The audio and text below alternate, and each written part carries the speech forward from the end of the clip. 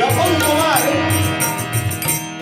এই অন্তরে যে চিত্তটা রয়েছে, বিবেক নামক চিত, এই চিত যখন মহাপ্রকৃতির বিশ্ব দরবারে জমা করবে, গুরু বলছেন আমি তোমাদের হয়ে উপকার কে কোন মন নিয়ে কাজ করেছো ওই চিপেতে লোড করা থাকবে, রেকর্ড থাকবে। তাই গুরু রেকর্ডের কথাও বলেছে।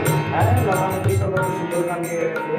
হ্যাঁ, লতা মঙ্গেশকর তো সবার ঘরে ঘরে গান শোনায় নাই। তোমরা চিপের মধ্যে রেকর্ডের মধ্যে গান করতে কি শুনছি?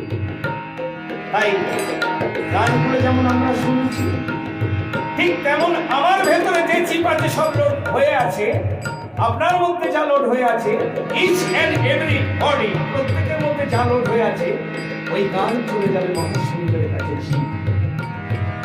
দেখবেন, আর যাওয়ার সময় দেখবেন সূর্যে বলবে আমার জন্য যে তাপ দিলাম তার ট্যাক্স তো তোমরা ওখানে ভরনি ইলেকট্রিসিটি বিলের মতো মাসে মাসে, তাই আমার ট্যাক্সটা তুমি দিয়ে যাবে বাবা।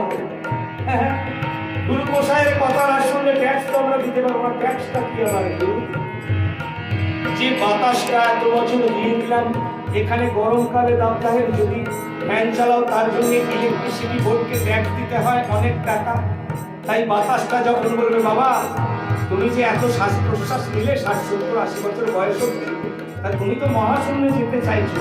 আগে আমার বাতাসের হিসাবটা দিয়ে যাও, ট্যাক্সটা দিয়ে যাও, কতটা গুরুর কীর্তন নাম ভজন করেছো কোন মন নিয়ে। দাদা ট্যাক্স একটাও দিতে পারবো না, সব ফাঁকা। জলটা যদি বলে যে আমি এত বছর তোমায় জল খাওয়ালাম, তোমাকে খাওয়াচ্ছি, তোমার বাবাকে খাওয়াচ্ছি, তার বাবাকে পরে জেনারেশন সব দিয়ে যাচ্ছি, আমার এই ট্যাক্সটা দিয়ে দাও বাড়িতে সাবমার্শাল। হ্যাঁ, কত জল, কত কল, ট্যাক্সটা দিয়ে যাও বাবা, ট্যাক্স তো দিতে পারবো না। তাই গুরু বলছেন জল আলো মাটি বাতাসের কথা যত তুমি ভাববে, আমি যেমন এখানে ঠিকানা নিয়ে চলে এসেছি, তুমি যত তাদেরকে ভাববে, সেও যখন তুমি যাবে ছেলে বাবা আমাদেরকে ভেবেছি, এসো বাবা একটু বসো, তোমাকে সসম্মানে নিয়ে যাবে। স্যার আপনার কি সময় হয়েছে মহাকাশে যাবার? স্যার গুরুর বাণী তত্ত্বে নয়, তত্ত্বের ভিতরে, চামড়ায় নয়, চামড়ার ভিতরে মাংস, মাংসের ভিতরে হাড়, হাড়ের ভিতরে মর্যা, সেই মর্যার রসটুকুই হচ্ছে গুরুতত্ত্ব। চামড়ায় গুরুতত্ত্ব বুঝলে হবে না, মহাশূন্যকে মহাশূন্যকেই বুঝতে হবে। তাই কি বলছে?